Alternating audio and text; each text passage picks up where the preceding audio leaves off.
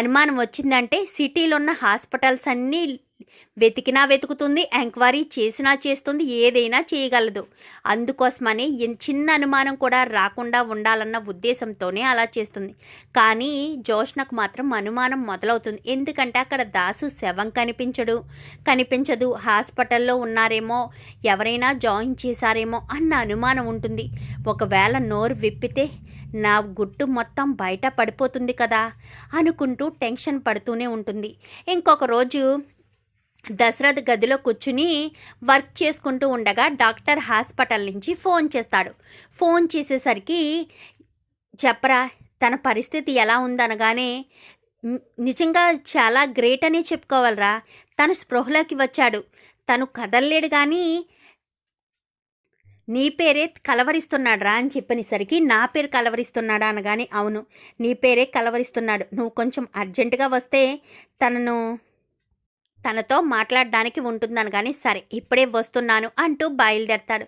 ఈ మాటలన్నీ కూడా సుమిత్ర వింటుంది. విన్న తర్వాత ఎక్కడికి వెళ్తున్నారు ఈయన అంటే హాస్పిటల్లో ఈయనకి సంబంధించిన వాళ్ళు ఎవరో ఉన్నారా, సరే వెళ్దాం, ఎవరో అనేది ఏంటో తెలుస్తుంది కదా అని వెనకాలే సుమిత్ర ఫాలో అయి వెళ్తుంది. అలా ఫాలో అయి వెళ్ళిన సుమిత్ర నేరుగా హాస్పిటల్ దగ్గరికి వెళ్తుంది. దశరథ్ అయితే డాక్టర్తో మాట్లాడి పదాని ఇద్దరు కూడా రూమ్లోకి వెళ్ళిన తర్వాత అక్కడ బయట నుంచి అయితే చూస్తూ ఉంటుంది సుమిత్ర. చూసేసరికి ఒక్కసారిగా షాక్ అయిపోతుంది. దాసు కదా, అంటే దాసా హాస్పిటల్లో ఉన్నది. ఆ రోజు ఆయన బాధపడింది దాసు గురించా? నేను అప్పుడే అనుకున్నాను, ఆయనకు బాగా తెలిసిన వ్యక్తే కాబట్టి ఆయన అంతలా బాధపడ్డారు అని నాకు అప్పుడే అనుమానం కలిగింది. నిజానికి అసలు దాసు హాస్పిటల్లో ఉండడం ఏంటి, పైగా తలకు కూడా గాయం అయ్యింది. అసలు ఎందుకు ఇదంతా ఎలా జరిగింది అనుకుంటూనే వెళ్దామా వద్దా, ఈయన ఎందుకో నా దగ్గర దాయాలి అనుకున్నారు కదా, సరే ఈయన వెళ్ళిన తర్వాతే వెళ్దామని. ఇంకా ఈయన వెళ్ళిపోయిన తర్వాత ఆ చుట్టుపక్కల ఎవరూ లేకపోవడంతో దశరథ్ కాస్త చూసి వెళ్ళిపోతాడు. నేరుగా సుమిత్ర లోపలికి వెళ్తుంది. లోపలికి వెళ్ళిన తర్వాత దశరథు దాసు నిజం చెప్తాడని అనుకుంటాడు.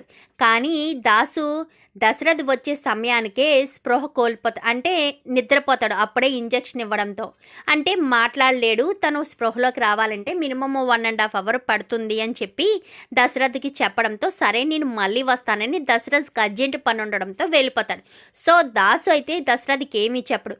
ఎప్పుడైతే సుమిత్ర లోపలికి వెళ్తుందో దాసు అసలు నీకేంటి పరిస్థితి, ఆయన నీకెందుకింత రహస్యంగా వైద్యం చేయిస్తున్నారు, ఈ విషయం ఎవరికీ కూడా చెప్పలేదు, కట్టుకున్న భార్య నాకే చెప్పలేదు, అసలు ఎందుకు ఇదంతా, నీ నుంచి ఆయన ఏం తెలుసుకోవాలనుకుంటున్నారు, నీకేమన్నా ప్రమాదమా, ఎవరితో అయినా నీకు శత్రుత్వం ఉందా, నువ్వు అలాంటి శత్రుత్వం పెట్టుకునే మనిషివి కూడా కాదు కదా అనుకుంటూనే మాట్లాడుతూ ఉండగానే వెళ్ళబోతూ ఉండగా వదినా అంటూ స్లోగా పిలుస్తాడు దాసు. ఎందుకంటే ఎప్పుడైతే సుమిత్ర మాటలు తన చెవులకి ద్వారా మనసులోకి వెళ్తాయో దాసుకు అప్పుడే మెలకువ వస్తుంది.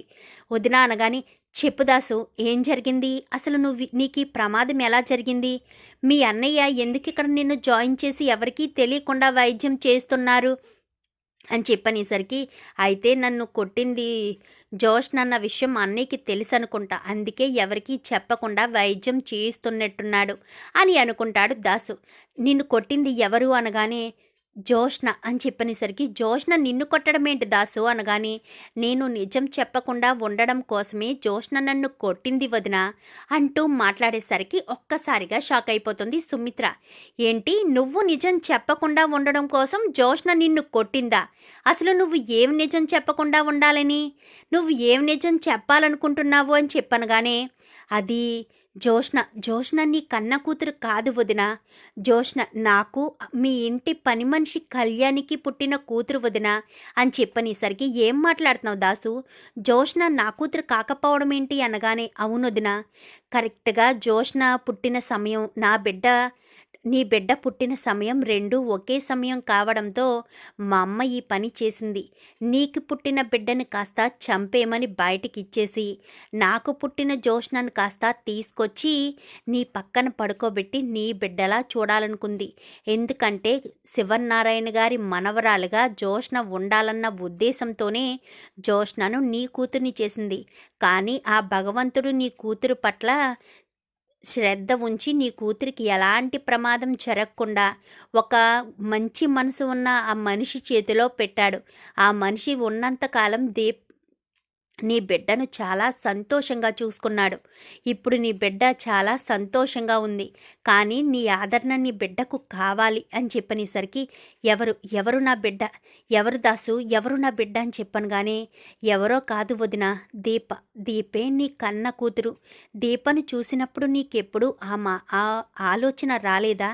నీ మనసుకు ఆ తాకిడి తెలియలేదా?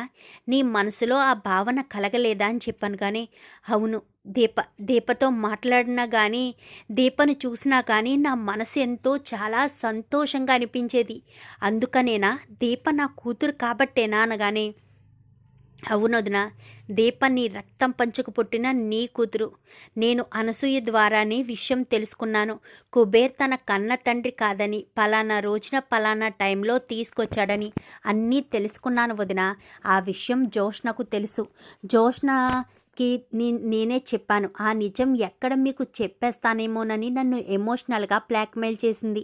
నేను జోష్న చేసే ఆగడాలు, కార్తీక్ని దీపని బాధ పెట్టడం, అలాగే కార్తీక్ దీప బండి తగలపెట్టడం, ఇవన్నీ చేసేసరికి తట్టుకోలేక నిజాన్ని చెప్పడానికి ఆ రోజు మీ ఇంటికి వచ్చాను. ఆ రోజే అన్నయ్యతోటి నీతోటి చెప్దామనుకునేసరికి జోష్న నన్ను రాడ్డుతో కొట్టి చంపాలని ప్రయత్నించింది. ఆ తర్వాత నాకేమైందో తెలియదు వదిన అని చెప్పాను. కానీ అయితే అది మీ అన్నయ్య చూసుండొచ్చు. జోష్న చేతిలో నిన్ను చావకుండా నిన్ను కాపాడి హాస్పిటల్లో జాయిన్ చేసుండొచ్చు. ఇప్పటి వరకు ఆ విషయం ఎవరికీ తెలియదు. నువ్వు కనిపించట్లేదు అనుకుంటున్నారే తప్ప నీకు ఏమైందనే విషయం ఎవరికీ తెలియదు. ఇప్పుడే నా కూతుర్ని తీసుకొస్తాననగానే వెళ్ళు వదిన, నీ కూతురికి న్యాయం చెయ్యని చెప్పి నేరుగా కాంచన వాళ్ళ ఇంటికి వెళ్తుంది. జరిగిన విషయం మొత్తం కూడా చెప్పుకొస్తుంది సుమిత్ర. చెప్పడంతో ఒక్కసారిగా కార్తీక్, కాంచన అందరూ కూడా షాక్ అయిపోతారు. అనసూయ కూడా నిజమే, ఈ బిడ్డ ఆ రోజు నా తమ్ముడు తీసుకొచ్చాడని వ్యక్తం చేసేసరికి అంటే నా తల్లి మీరా అని చెప్పాను. కానీ అవును, నువ్వే నా కన్న బిడ్డవి అని చెప్పనేసరికి ఆయన నా కన్న కూతురు ఇక్కడ కష్టాలు పడ్డమేంటి, ఎవరితో వచ్చి నా ఇంట్లో సంతోషంగా ఉండడం ఏంటి, ఇప్పుడే ఈ క్షణమే నా కూతుర్ని ఇంటికి తీసుకువెళ్తున్నాను కార్తీక్ అంటూ కార్తీక్ని ఒక చేత్తో దీపను ఒక చేత్తో తీసుకుని నేరుగా ఇంటికి వెళ్తుంది. ఏంటి సుమిత్ర, వీళ్ళని తీసుకొచ్చావని కానీ వీళ్ళు ఎవరని మీరు అనుకుంటున్నారు? తను నా మేనల్లుడు అన్న విషయం మీకు తెలియచ్చు, కానీ దీపే నా సొంత కూతురు అన్న విషయం మీకు తెలియదు కదా. ఈ ఇంట్లో యజమానురాల్లా ఉన్న జోష్న పారిజాతం గారి మనవరాలు అని చెప్పనేసరికి ఏం మాట్లాడుతున్నావు అని చెప్పాను. కానీ నిజం మాట్లాడుతున్నాను మావయ్య, నిజం మాట్లాడుతున్నాను. ఈరోజు దాసు కనిపించట్లేదు అని అందరూ టెన్షన్ పడుతున్నారు కదా. నిజానికి దాసు ఎక్కడున్నాడో తెలుసా? దాసుని హాస్పిటల్లో మీ అబ్బాయే రహస్యంగా వైద్యం చేస్తున్నారు. ఎందుకంటే దీపే ఇంటి వారసురాలన్న విషయం దాసుకు తెలుసు. దాసు ఎక్కడా నిజాన్ని బయట పెట్టేస్తాడేమోనన్న భయంతోనే దాసుని చంపడానికి కూడా వెనకాడలేదు ఈ జోష్న. ఇది మనింటి బిడ్డ అనుకుంటున్నారా? ఈ పారిజాతం చేసిన పనే మామయ్య ఇదంతాను అంటూ మాట్లాడేసరికి వెంటనే శివనారాయణ అయితే పారిజాతాన్ని కొట్టేసరికి జోష్న చంప చెల్లు మనిపిస్తుంది. నడవ్వే బయటికి, నువ్వు నీ నానమ్మ ఒక్క క్షణం కూడా నా ఇంట్లో ఉండడానికి వీల్లేదు. తక్షణమే నా ఇంట్లోంచి బయటికి వెళ్ళిపోండి అంటూ ఇద్దరిని బయటికి గెంటేసి కార్తీక్ దీపను ఇంట్లోకి తీసుకొస్తారు. ఇంకా శివనారాయణ దీపను పట్టుకుని ఏడుస్తూ ఉంటాడు. నన్ను క్షమించమ్మా, నిన్ను ఎన్నో మాటలన్నాను అని చెప్పనేసరికి తెలియకే అన్నారు కదా తాతయ్య అని చెప్పాను. కానీ ఇంకా దశరథ్ కూడా వచ్చి చాలా సంతోషంగా మాట్లాడతాడు. మరి ఇప్పుడు జోష్న పారిజాతం ఏం చేస్తారు, ఎలాంటి నిర్ణయం తీసుకుంటారు, ఇదంతా కూడా రాబోయే ఎపిసోడ్స్లో చూసి తెలుసుకునేద్దాం. మా వీడియో కనుక మీకు నచ్చినట్లయితే వెంటనే లైక్ చేసి మా ఛానల్ని సబ్స్క్రైబ్ చేసుకుని పక్కనే ఉన్న బెల్ సింబల్లో ఆల్ పై క్లిక్ చేయండి. ఎలా చేయడం వల్ల అందరికంటే ముందుగా చూడవచ్చు.